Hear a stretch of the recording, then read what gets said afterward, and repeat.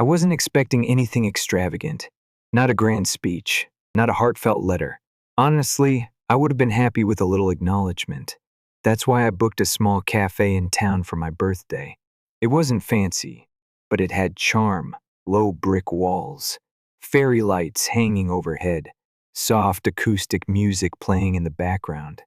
The kind of place where you could actually hear yourself think. I reserved a private room, ordered appetizers ahead of time, picked out a decent wine list, because I knew Mom would care about that. Everything was meant to feel simple, but thoughtful. When I arrived, everyone was already seated. Gabrielle was scrolling through her phone, probably planning her next big event that nobody asked for. Ruby waved at me like we were best friends. Dad, Thomas, was busy inspecting the dessert table, and Mom, Caroline, was fussing over the table settings, as if the cafe staff hadn't done a perfectly good job already.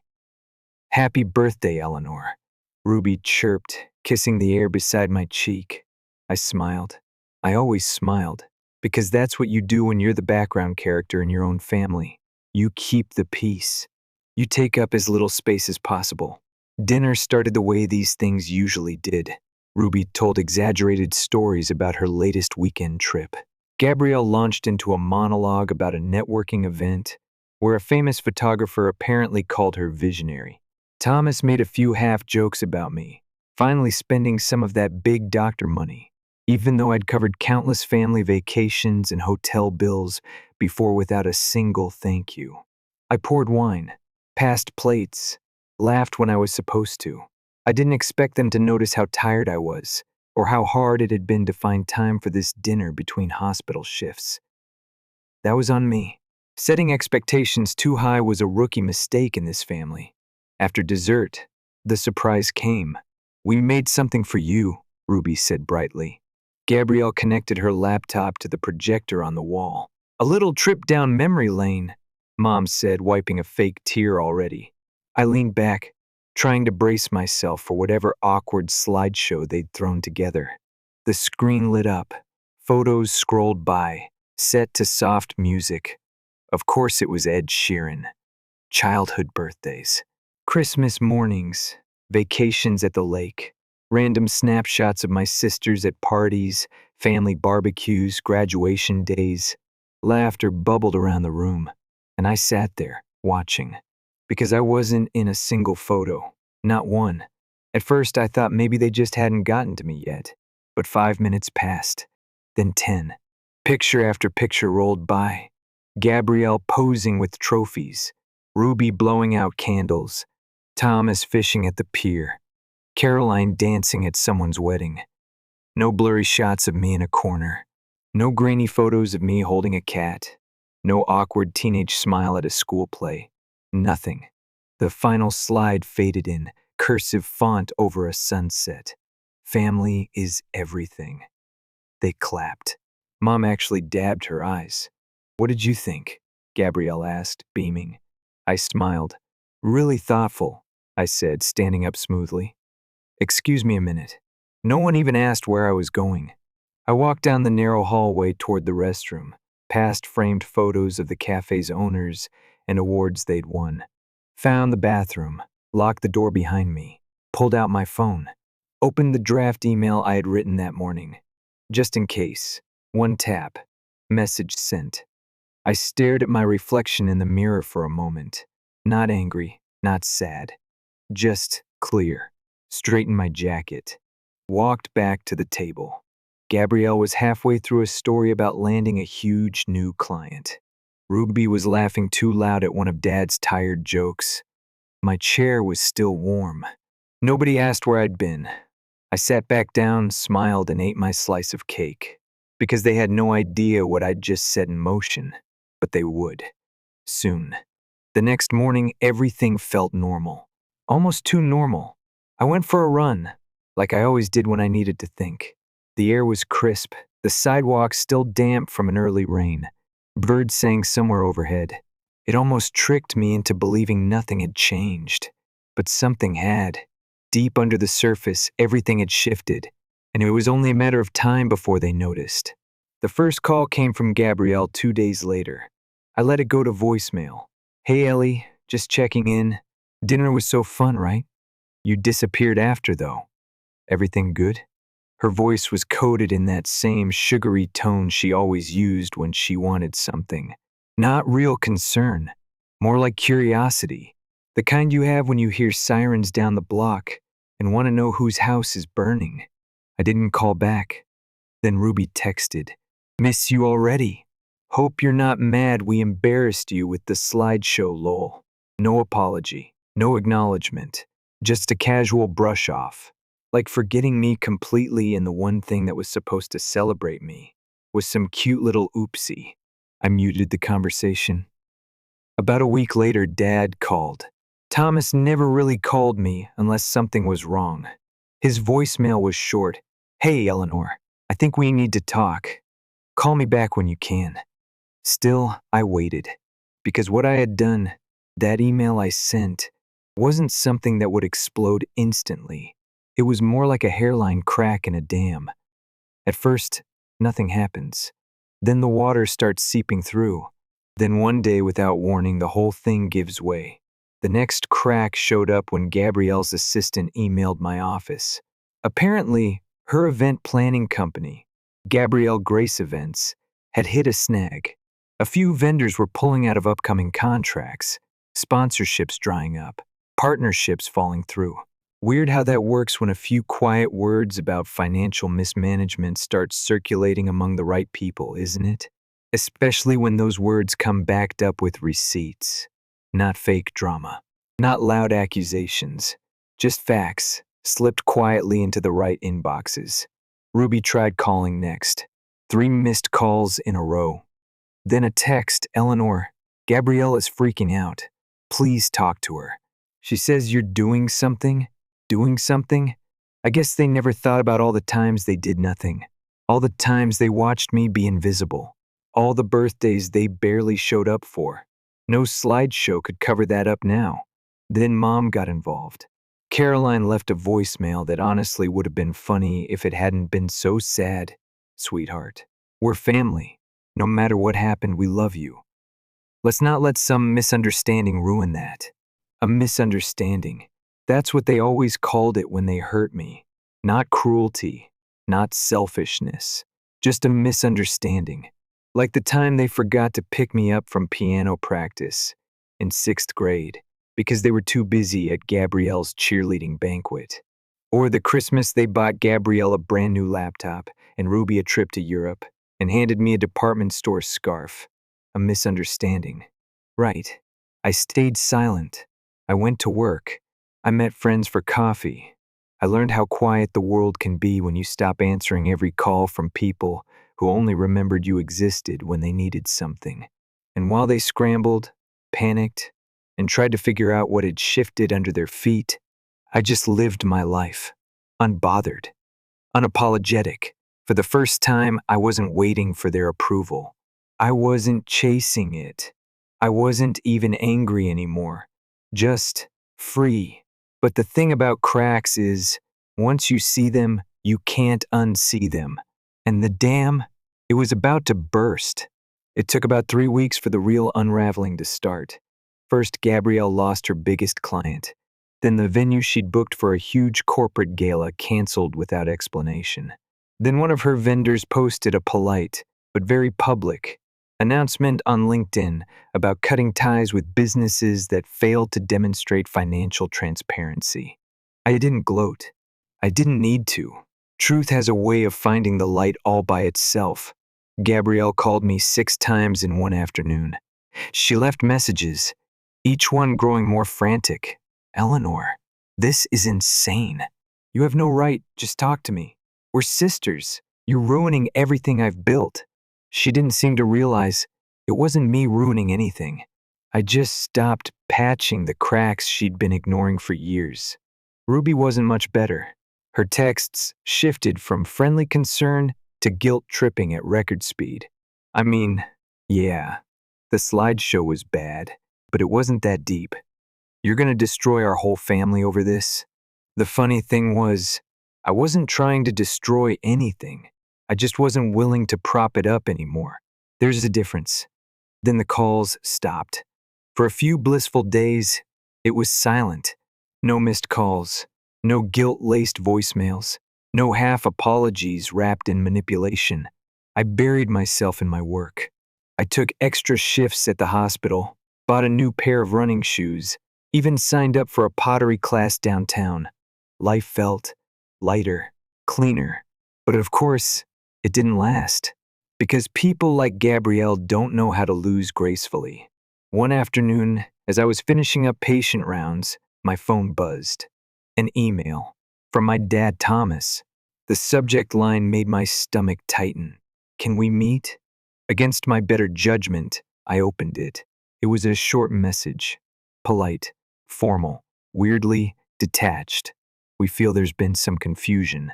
Your mother and I would like to clear the air.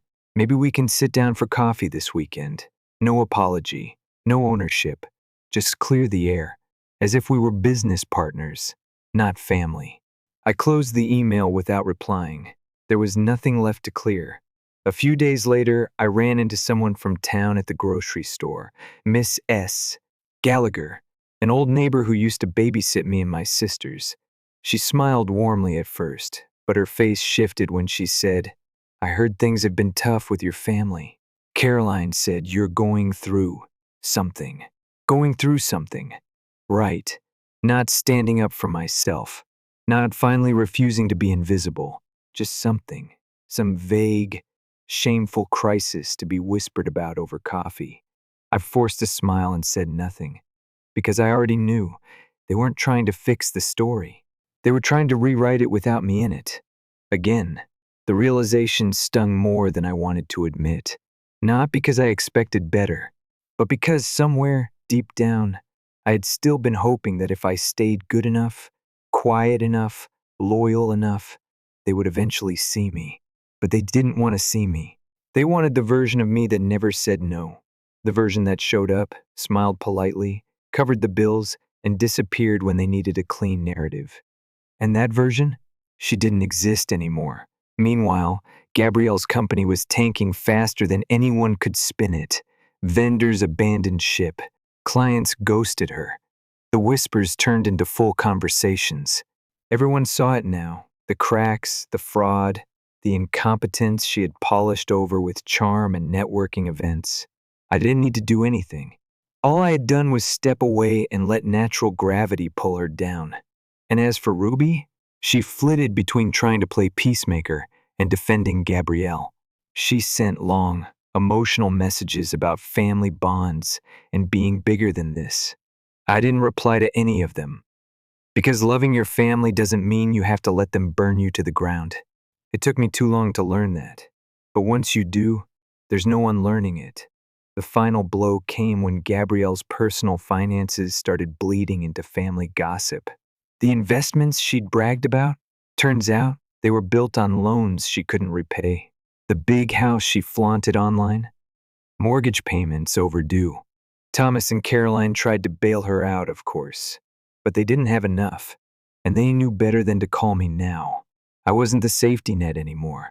I wasn't even on their map, and weirdly, I wasn't angry. I wasn't smug. I wasn't waiting for a reckoning. I was just done shrinking myself, done fixing what they broke, done pretending that blood alone makes you a family. One night, sitting on my balcony with a cup of tea and the city lights stretching out below me, I realized something. Maybe they'd never understand. Maybe they'd never even apologize.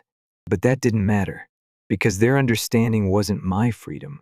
It never had been. Life moved on. Quietly at first, like the tide pulling away from a shore that no one's watching. Gabrielle's company folded within 6 months. By then, even Ruby had stopped posting smiling photos with her on Instagram. The event world moved on. Clients found new planners. Vendors filled their schedules elsewhere. Nobody cared about Gabrielle's sob stories anymore. Thomas and Caroline kept a low profile too. They must have realized the narrative they were spinning, the one where I was unstable and bitter, wasn't sticking the way they'd hoped. Small-town gossip has a short memory for drama, but a long memory for facts. And the facts were simple. I wasn't the villain. I just refused to play their hero anymore. Meanwhile, I was busy building something real. I moved out of my cramped apartment and bought a little townhouse on the edge of town. It wasn't flashy, but it had a fenced-in garden and a sunroom where I could finally sit and read without hearing my neighbors' arguments through the walls. I adopted a rescue dog, an older beagle mix named Oliver, who snored louder than most freight trains. He followed me everywhere, tail wagging, like he couldn't believe someone had finally chosen him. Funny how animals understand things people miss. At work, I threw myself into what I loved, medicine. I took extra certifications, started mentoring younger residents, even published a research paper with one of my former professors. For the first time, I wasn't just surviving, I was thriving. Not because someone was pushing me, not because I was trying to prove anything, but because it felt good to finally live my life on my own terms. Sometimes Ruby would still text me. Random, harmless things, memes, photos of her kids, updates about mutual friends. I didn't block her, but I didn't answer either. Not out of spite, not out of anger, just clarity. Some relationships are meant to fade quietly. Trying to force them back into place only stretches the cracks wider. Gabrielle tried once too. Sent a long, rambling email months later. It started with a fake apology, sprinkled with just enough self-pity to make it clear she wasn't sorry for what she did, only for what it cost her. "I miss having a sister," she wrote. "I wish you'd come back so we could be a family again." There was no mention of the slideshow, no mention of years of being overlooked, dismissed, used, just nostalgia. Nostalgia for a version of me that would keep letting it happen. I didn't reply. I didn't even save the email. I just clicked delete and went back to watering my tomatoes. Oliver barked at a squirrel, and I laughed until I had to sit down on the porch steps. The thing about letting go, real letting go, is that it doesn't feel like fireworks or triumph. It feels like breathing after holding your breath underwater for too long. Quiet, unremarkable, vital. Sometimes walking through town, I'd run into old family friends. They'd smile awkwardly, not sure which version of the story to believe.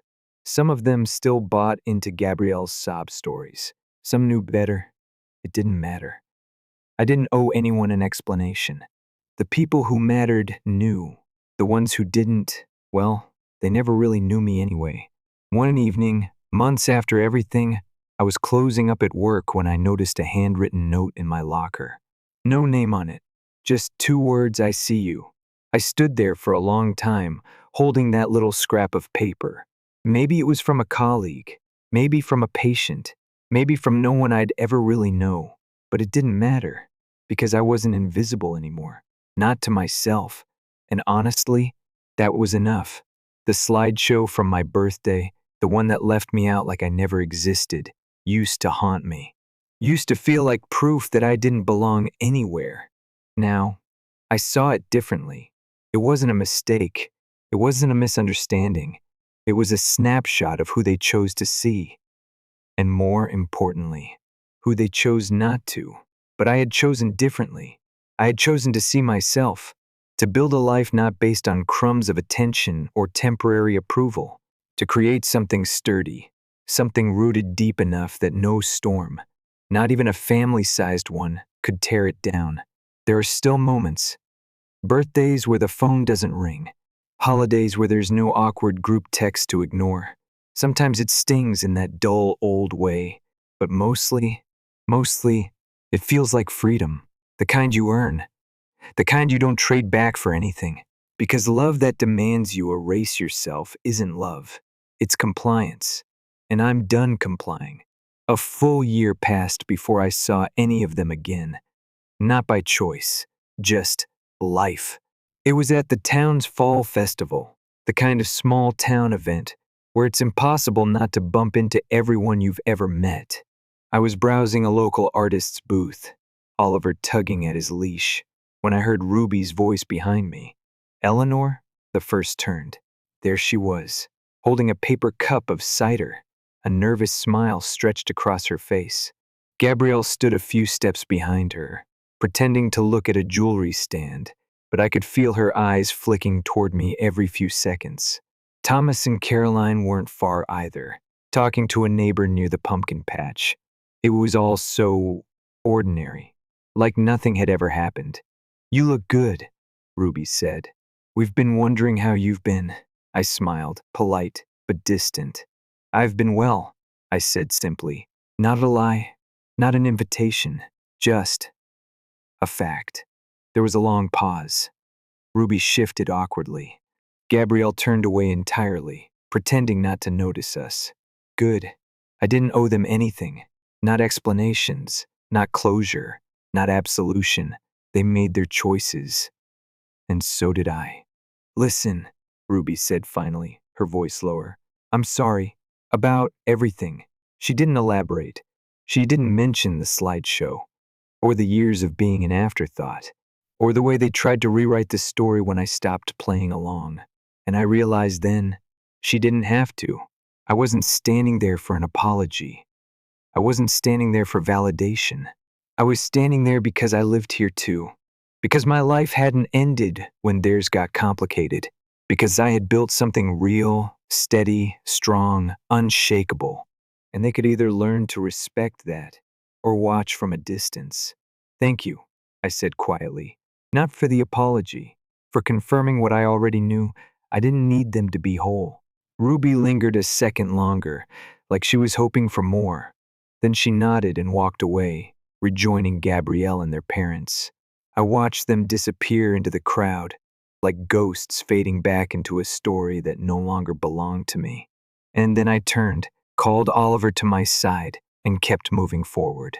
Later that night, sitting in my sunroom with Oliver snoring at my feet, I thought about everything that had happened. How close I had come to losing myself in a family that only saw the version of me that was convenient. How easy it had been to believe I had to earn my place by being smaller, quieter, more forgiving than anyone should ever have to be. But not anymore. I built a new life, piece by piece, brick by brick. A life where birthdays were spent with people who actually showed up. Where wins, no matter how small, were celebrated, not ignored. Where silence wasn't used as a weapon, but as a space for peace. I started new traditions too. On my next birthday, I rented out a corner of that same cafe, the one where it all fell apart. But this time, the guest list was different. Friends, mentors, people who had stood beside me when there was nothing to gain. No slideshow, no speeches, just laughter, clinking glasses, stories that actually included me, stories that I helped write. I thought, maybe for a second, about sending an invite to Ruby, maybe even a polite one to Thomas and Caroline. But the thought passed quickly, not out of bitterness, but because some people are chapters, not constants. And that's okay. Toward the end of the night, as we were laughing over dessert, my best friend stood up and pulled out a small box. Inside was a simple photo frame, empty. "For all the memories you get to make now," she said, "the ones you get to choose for yourself." I looked around the table, at the people who had chosen me, not because they had to, but because they wanted to. And I felt something I hadn't felt in a long, long time. Whole. That empty frame sits on my bookshelf now, not as a reminder of what I lost, but of what I reclaimed. Freedom, dignity, a voice. Family isn't built by blood alone. It's built by love and respect and showing up even when it's hard, especially when it's hard. I know now that the version of me they forgot wasn't the real me. The real me was standing there the whole time, waiting to be seen, strong, resilient, brave enough to finally stop asking for permission. Somewhere out there, Gabrielle is still telling her version of the story. Ruby is still finding ways to soften the edges. Thomas and Caroline are still pretending they don't understand where things went wrong. And maybe they never will.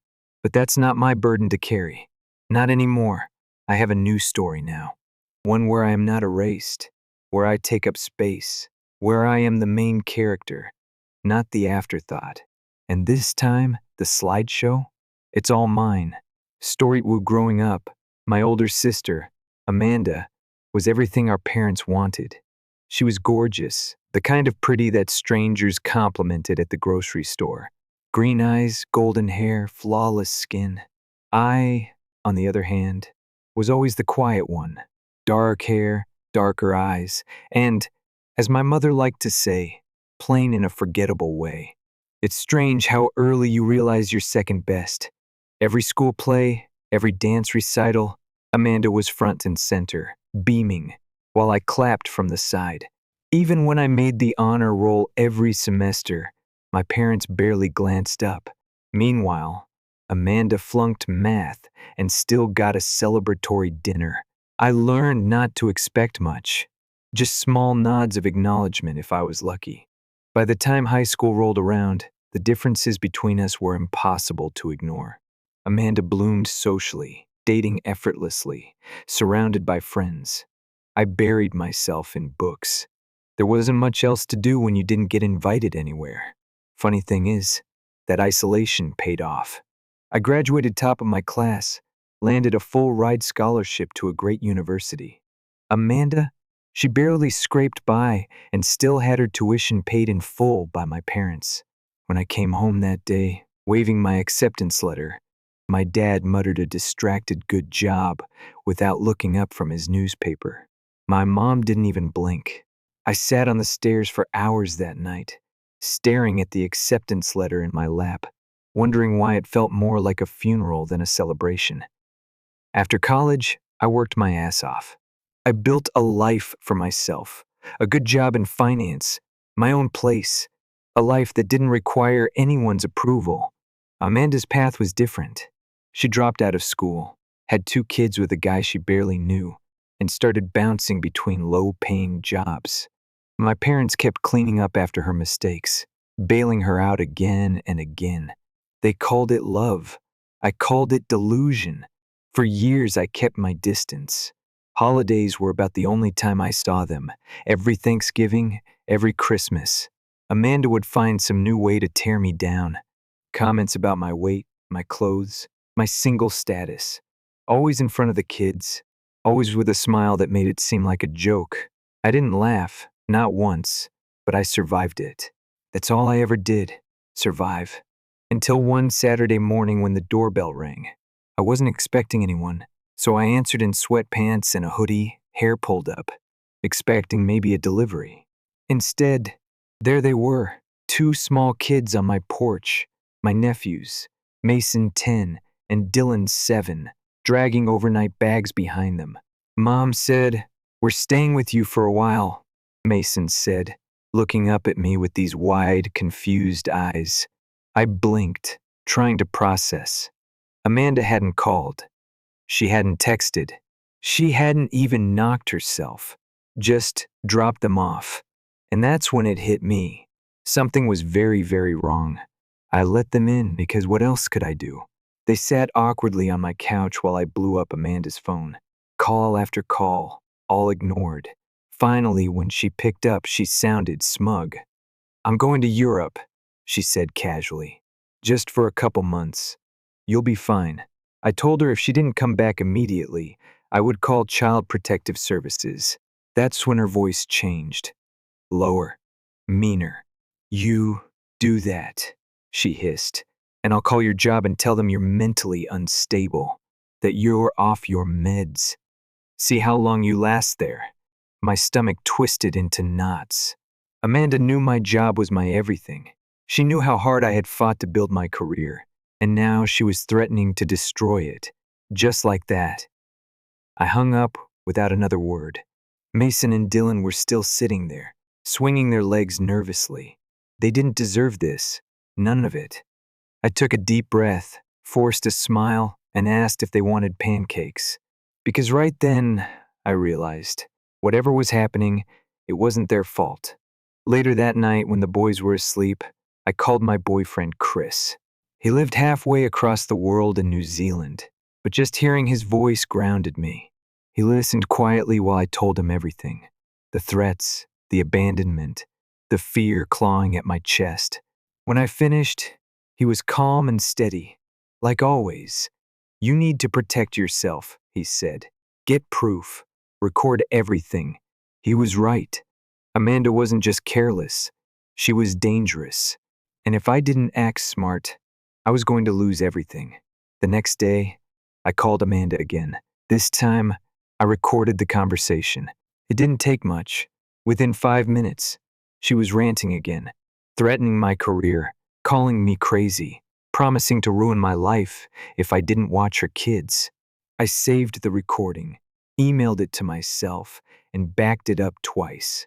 I wasn't scared anymore. I was angry, really, truly angry. And for the first time in a long time, I wasn't going to let anyone steamroll me.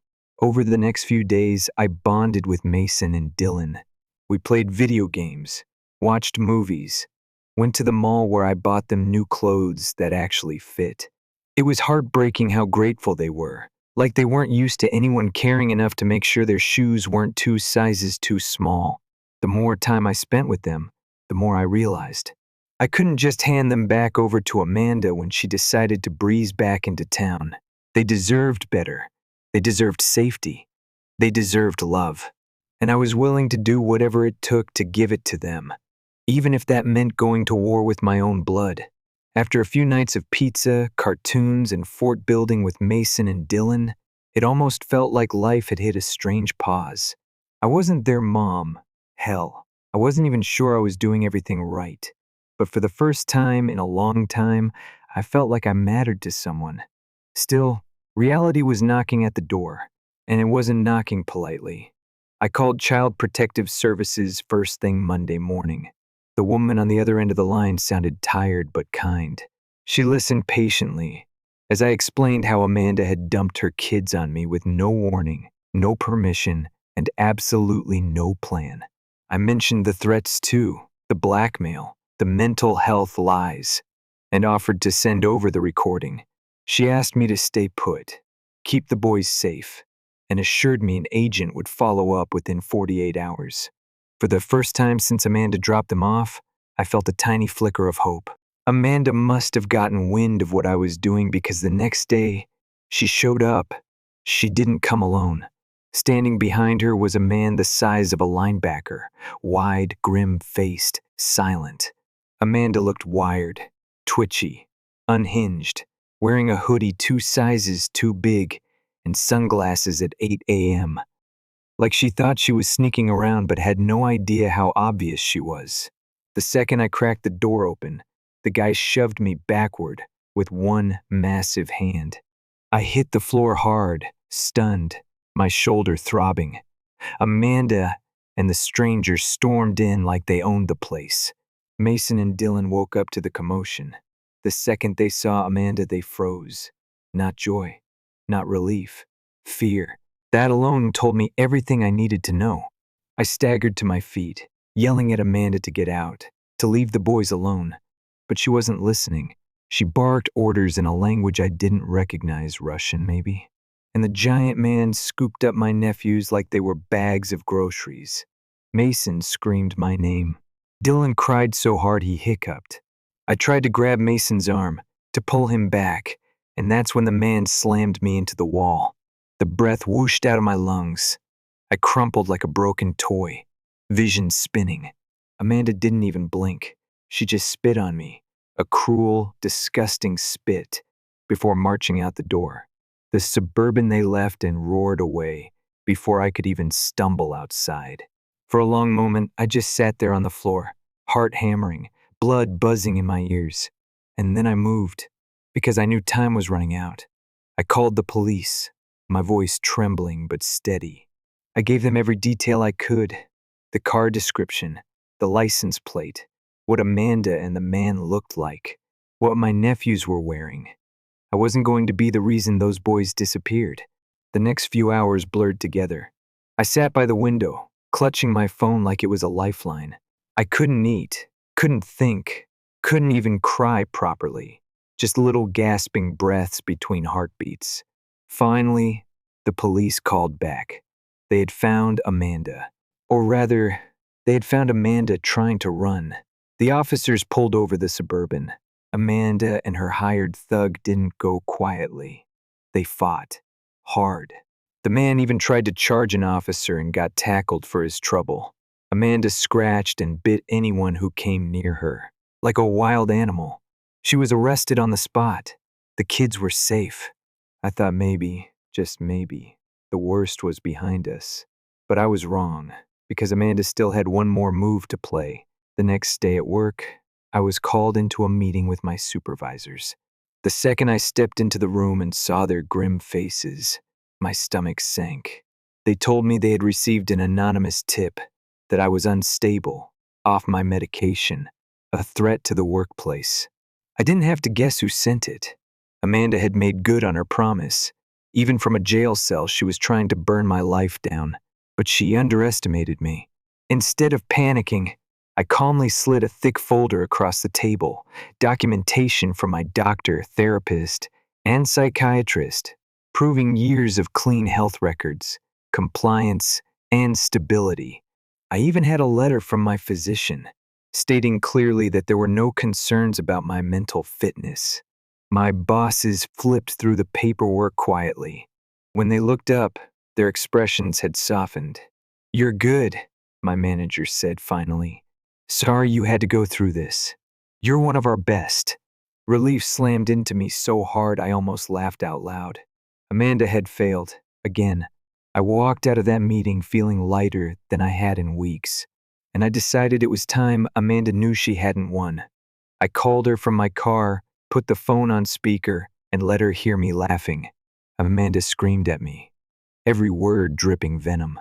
Threats, curses, promises of revenge. I let her rant until she ran out of breath, then hung up without saying a word. I refused to give her even a second of power. Later that night, I sat alone in my kitchen, replaying everything in my head. The betrayal, the violence, the endless cruelty. And I realized something simple but life-changing. I wasn't scared of her anymore. Not of Amanda. Not of my mom, who had stood by and let it happen. Not of anyone. For the first time in my life, I wasn't the quiet, overlooked one sitting in the corner, praying someone would choose me. I was choosing myself, and I wasn't going to stop. 2 days after Amanda's arrest, CPS called again. The boys were safe, but they were still technically in the system, and without a clear plan, they'd stay there. The agent told me there was one option: family placement. If someone in the family could step up, prove they had the means, the space, and the heart, Mason and Dylan wouldn't have to spend months bouncing between strangers. I didn't even hesitate. "I'll do it," I said.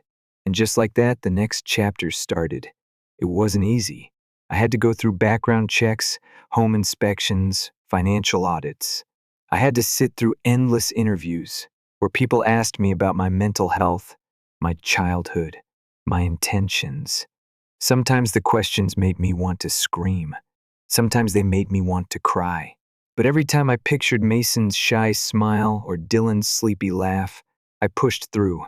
This wasn't about me. This was about giving them the life they deserved. Meanwhile, Amanda's situation got worse. Once CPS and the DA compared notes, the full list of charges hit her like a freight train. Child neglect, conspiracy to commit assault, blackmail, obstruction, assaulting an officer. She wasn't getting out anytime soon. My mom, ever the opportunist, tried to cut a deal. She offered to testify against Amanda in exchange for immunity. The DA agreed, barely, but not before making it clear that any slip-ups would land her in a cell too. The irony wasn't lost on me. The same mother who spent my whole life excusing Amanda's behavior now threw her under the bus the second it meant saving herself. It was pathetic. And honestly, it was freeing. I realized I didn't owe either of them anything anymore. The custody hearing came faster than I expected. Walking into that courtroom, my heart thudded painfully against my ribs. Not from fear, from hope. Amanda wasn't there. Obviously, she was still locked up. Her baby daddy didn't bother to show either. The only people there were me, my lawyer, and a tired-looking CPS representative. It felt weird at first, quiet, heavy. Then the judge called the case, and I stood up, hands steady, voice clear, and told him what I wanted: to bring Mason and Dylan home. for good. The judge reviewed my paperwork carefully. There was a long pause, long enough that my palms started to sweat. Then he looked up, smiled a little, and said the words I had been dying to hear: petition for guardianship granted. I didn't cry in the courtroom. I saved that for the parking lot. Big, ugly, relieved sobs that felt like cleaning out an old, dirty wound, washing out every ounce of heartbreak, betrayal, and loneliness I had carried since I was a kid. That night, when Mason and Dylan walked back through my front door, this time for good, they didn't say much. They didn't need to. Mason just ran into my arms so hard he knocked the wind out of me. Dylan climbed onto my back like a monkey, laughing breathlessly, and I held them both, kneeling there on the carpet, until my knees ached and my heart felt too full to fit inside my chest. Home. That's what it felt like. For the first time in my life, I wasn't just surviving. I was building something better. The months that followed were a blur of soccer practices, dentist appointments, homework meltdowns, movie nights, and messy kitchen experiments. I wasn't perfect. Sometimes I lost my patience. Sometimes I cried after they went to bed, terrified that I was screwing everything up. But we were learning together, healing together, becoming a family. Amanda eventually accepted a plea deal. 40 years, no chance of parole for at least 30. My mom faded out of my life like a bad memory. Neither of them ever apologized. Neither of them ever will. But that's okay. Their absence created space for something new, something real. Last week, Mason asked if he could call me Mom. It was right before bedtime, the sleepy, sacred hour where truth comes easy. I tucked him in, kissed his forehead, and he looked up at me, so small, so serious. "Can I?" he whispered. I didn't say yes right away. I sat down next to him, wrapped him up in my arms, and whispered back, "You can call me whatever makes you feel safe." He smiled, closed his eyes, and murmured, "Night, Mom." When Dylan heard the next morning, he demanded the same thing. But he insisted on adding cool in front. "Cool, Mom." I didn't correct him. How could I? He was right. I am their cool mom now, and I wouldn't trade it for anything. People think revenge is about anger, but it's not. Real revenge is about choosing peace, choosing yourself, building a life so full of love that it drowns out every cruel thing they ever said or did to you. Amanda and my mom wrote me out of their story a long time ago, but I'm writing a new one now. And Mason and Dylan, they're right here on the first page with me, exactly where they belong. Story 3: Growing Up. My family wasn't just dysfunctional. It was something darker, something corrosive that seeped into my skin and made me doubt every good thing about myself. My mother and older sister, Ivy, ruled that house like twin storms, and I was just the debris tossed around between them. I knew, deep down, that I'd have to leave one day. I just didn't know how bad things would get before I found the courage to actually do it. It started the week I got accepted into college. I'd worked for this moment for years, scraped together scholarships, stayed up late with textbooks when all I wanted was sleep, and finally secured a spot. I should have been celebrating. Instead, when I told my mom I was moving away for school, she exploded.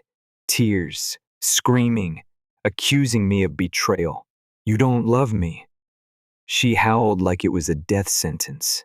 Before I could even breathe, Ivy sauntered in. When she heard what was happening, she barely blinked. Instead, she whipped out her phone and sent me a message that hit harder than any slap could have. "You're trash. You're lucky anyone even talks to you. Maybe you should just do everyone a favor and end it. No one cares. Not even your ex, remember? No one will ever care." I still remember sitting there, staring at that screen, my hands shaking. And when my mom saw me crying, she laughed. Laughed like it was the funniest thing she'd seen all week. "You're going nowhere," she said, smug as a cat with a dying bird between its paws. And in that moment, something inside me snapped. I went back to my room, locked the door, and started planning. I didn't even cry anymore. There wasn't time for that. I needed to leave. and I needed to do it smart. I grabbed my phone first, saving screenshots of every abusive message Ivy had ever sent me. Years of cruelty, threats, mockery. It was all there, and for the first time, I treated it like evidence, not shame. Then I made a list. Essentials only. Clothes, laptop. My emergency cash, stash, $300 I'd tucked away from part-time jobs. I packed it all up, my heart pounding so loudly it drowned out every creak of the old house around me. I wasn't just leaving a building. I was breaking out of a cage. But of course, nothing in that house ever went unnoticed for long. Just as I zipped my bag shut, I heard it. Footsteps. Heavy and fast. The doorknob rattled violently. "Open the door!" my mom shrieked. I froze. I didn't want to. I knew she'd see the bag. But if I didn't, she'd break the door down. When I cracked it open, she shoved past me. Her eyes landed on the packed backpack, and the rage in her face was instant. "What the hell do you think you're doing?" she spat. I tried to lie. "Just getting ready for school." Early, pathetic. She didn't buy it for a second. "You think you're gonna walk out after everything we gave you?" I kept my head down. "I'm not leaving now. Just packing ahead of time." Another lie. But at least it was believable enough. After a long, painful silence, she sneered, "You're not going anywhere. You belong here." And just like that, she stormed off. I waited until I heard her bedroom door slam before I exhaled. That night, I lay in bed, fully dressed, my backpack hidden under my bed. I kept my shoes on. I didn't dare fall asleep. I knew I had one shot, and it had to be when the house was completely silent. I texted an old acquaintance, Leah. Her family lived 2 towns over, and had once offered help if I ever needed it. They answered almost immediately. "Come if you can. We'll keep you safe, but you can't tell anyone where you are." I clung to that message like it was oxygen. When 2 rolled around, I crept out of my room, heart pounding in my ears. I made it as far as the front door before everything fell apart. Mom caught me. She must have been awake, waiting, sensing I would run. She hurled a vase at me, missed by inches, and screamed things I can't even bring myself to repeat. "You'll regret this. You're nothing without us. You'll die alone, like you deserve." I didn't wait to argue. I bolted. I ran down the street with just my backpack, not even looking back when my mom's shrieking voice chased me down the block. The plan to stay with Leah collapsed that night. Her family backed out, too scared of the fallout if my mom found me there. I didn't blame them. My mom was terrifying when she was angry, and she was angry like a hurricane. So I did the only thing I could. I found my way to a women's shelter. By sunrise, I was sitting in a sterile intake room, my face streaked with dirt and dried tears, clutching a trash bag with my few belongings. I looked and felt like hell, but I was free. The shelter wasn't a bad place. All things considered, it was quiet. It was safe. For the first time in years, I slept without fear. The staff were kind but firm. 30 days, that's how long I could stay. After that, I needed a plan. They helped me set up a job interview at a nearby movie theater. Not glamorous, not permanent, but it was a start. Somewhere in those first shaky days, I realized something important. I wasn't just escaping a house. I was escaping a life where I was taught I didn't matter. And now, standing on my own shaky feet, I was determined to prove to myself, and everyone who ever doubted me, just how wrong they were. The first few days at the shelter passed in a blur. I was exhausted, physically and emotionally. But underneath the fear and uncertainty, there was something else too. A quiet sense of hope I hadn't felt in years. For once, the air didn't feel heavy with threats. No one was waiting to mock me, to hurt me. Just silence and freedom. The other women staying there were mostly older than me, each carrying their own invisible scars. We didn't ask too many questions about each other's stories. We just existed side by side, quietly, gently. They gave me advice. taught me things no one ever had: how to apply for apartments, how to prepare for job interviews, how to make simple, filling meals on a tight budget. They treated me like a person. It was almost overwhelming. Within the first week, I managed to get a job at a small retail shop nearby. Not the movie theater like I'd hoped, but better pay and more stable hours. I told the manager the truth during the interview, that I needed the job badly because I was rebuilding my life from scratch. She nodded, like she understood more than she said out loud. "You'll do fine here," she told me, handing me a uniform shirt 2 sizes too big. For the first time in months, I felt like someone believed in me. The shelter gave me 30 days. It didn't seem like enough time, but every day I stayed there, I grew a little stronger. The women showed me small rituals for self-respect. One of them, Mara, told me, "You buy yourself flowers, even if no one else ever does." Another, Sandra, said, "You don't need a reason to treat yourself like you matter." So every Friday, I bought a $5 bouquet from the grocery store. It felt silly at first, but slowly it began to feel like an act of rebellion, a way of saying, I exist. I deserve beauty too. There were nights I still cried myself to sleep. Grief is tricky that way. I wasn't just mourning the loss of a toxic family. I was mourning the version of me that still hoped they'd ever love me right. And that girl deserved a proper goodbye. So I wrote her a letter. I poured everything into it: the hurt, the anger, the betrayal, and then I burned it carefully in the shelter's little courtyard. The ashes floated into the sky like tiny ghosts. I watched them until they disappeared, then turned and walked back inside. I didn't cry again after that. By the time my 30 days were up, I had a new job, a little money saved, and a backup plan. Leah and her family, who had once been too scared to take me in, changed their minds after seeing that my mom's threats never materialized. They offered me a room in their home, temporary, but safe. I packed my things and thanked the shelter staff for saving my life. They smiled and hugged me and told me to visit someday, once I was on my feet. "We love seeing our girls fly," the counselor said. I promised I would. Living with Leah's family was strange at first. They were kind, almost too kind. I kept waiting for the other shoe to drop, waiting for the mocking laughter, the cruel whispers, but they never came. Instead, they invited me to family dinners, asked me about my day, cheered when I got a promotion at work. Slowly, I started to believe that maybe not all families were like the one I left behind. The next big step was going back to school. My original college had known my family, and the thought of being anywhere they might find me made my skin crawl. So I applied somewhere new, a fresh start where no one knew my name. In my application essay, I told the truth. I wrote about survival, about hope, and somehow, against every odd, I got in. Starting over wasn't easy. I was older than most of the other students. I worked full-time and studied whenever I wasn't working. There were moments I wanted to quit, when exhaustion wrapped around my bones and whispered that maybe my mom had been right. Maybe I wasn't meant for more. But then I'd remember the shelter, the women who told me I mattered, the $5 bouquets on my nightstand. I pressed forward.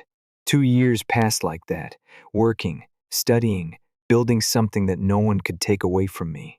And then, one ordinary afternoon, sitting under a shady tree on campus, I met him.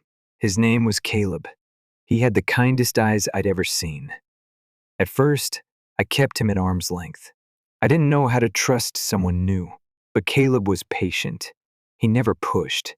He just stayed, steady as a river stone, until little by little, I let myself believe he might be real. He made me laugh in ways I hadn't laughed in years. He listened without trying to fix me. He held me when old memories clawed their way to the surface. And when he met Leah's family, the only family I dared claim, he fit right in like he'd always belonged. It wasn't a fairy tale. There were scars, triggers, days when the old wounds ached like a phantom limb. But it was real. It was good. And for the first time in my life, I started dreaming about a future that wasn't made of survival, but of living. The day Caleb asked me to marry him, we were sitting on a ratty old couch in his tiny apartment, eating takeout straight from the containers. No fancy restaurant, no grand speeches. Just him holding out a small silver ring, his voice soft. "You don't have to say yes," he said. "You're already everything to me." I said yes anyway, and for the first time in my life, I knew I was choosing myself too. I graduated a little older than I had once dreamed, but when I walked across that stage, diploma in hand, it didn't matter. I wasn't late. I was right on time, my time. Leah and her parents were there in the audience, waving like crazy. Caleb was standing too, whistling loud enough that people turned to look. It wasn't the family I was born into, but it was the family I chose. The family that chose me back. After graduation, I landed a job that paid better than anything I ever thought possible. Not just survival money, living money. I rented my own place, small but cozy, with light that spilled across the hardwood floors every morning like a blessing. I painted the walls myself, choosing soft earth tones, colors that felt like peace. I filled it with little things that made me happy. Plants that climbed toward the windows, quilts folded on chairs, flowers in mason jars.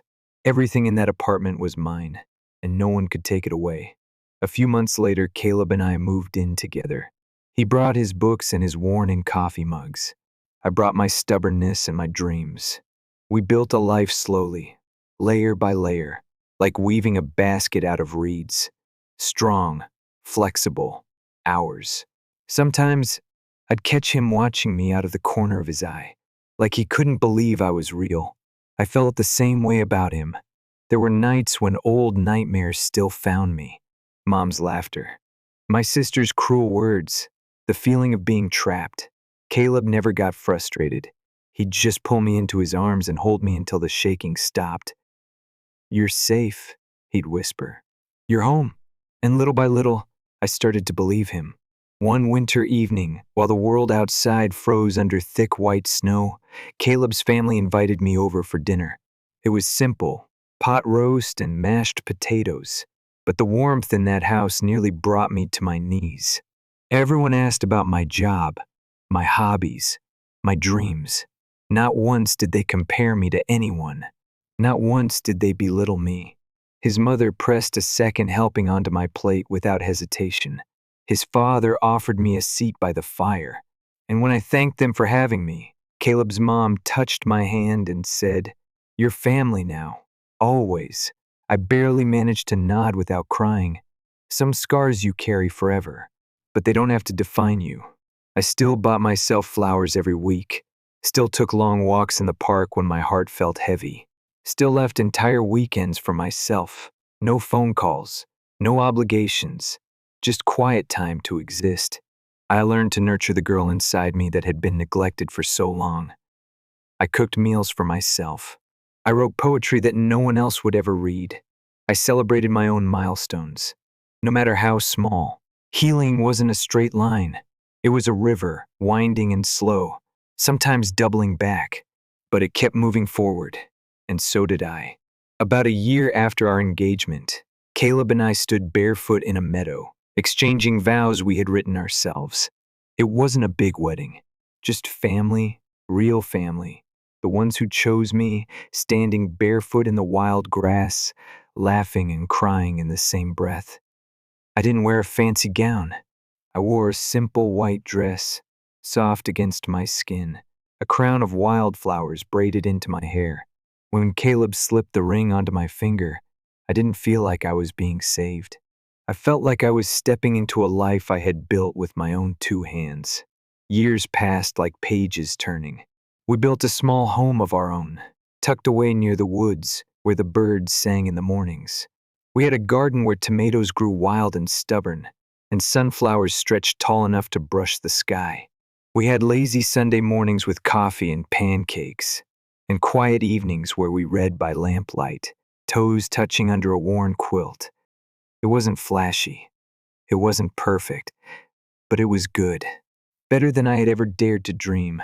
Once in a while, Memories of my mother and sister would rise like a storm cloud on the horizon, but they didn't control me anymore. I had forgiven myself, not them, but myself, for ever believing I wasn't worthy of love, of safety, of happiness. And that forgiveness gave me peace. One evening, sitting on the back porch with Caleb, watching the sun melt into the trees, I realized something. I didn't survive just to survive. I survived to live. I survived to love and be loved, to laugh, to cry freely, to grow things with my own two hands, to be stubbornly, gloriously alive. So if you're reading this and you're trapped in a place that feels like it's swallowing you whole, listen to me carefully. There is life beyond survival. There is a world that needs your light. There are people who will choose you and never stop choosing you. You are not broken. You are becoming. And the future you is already out there, waiting with open arms.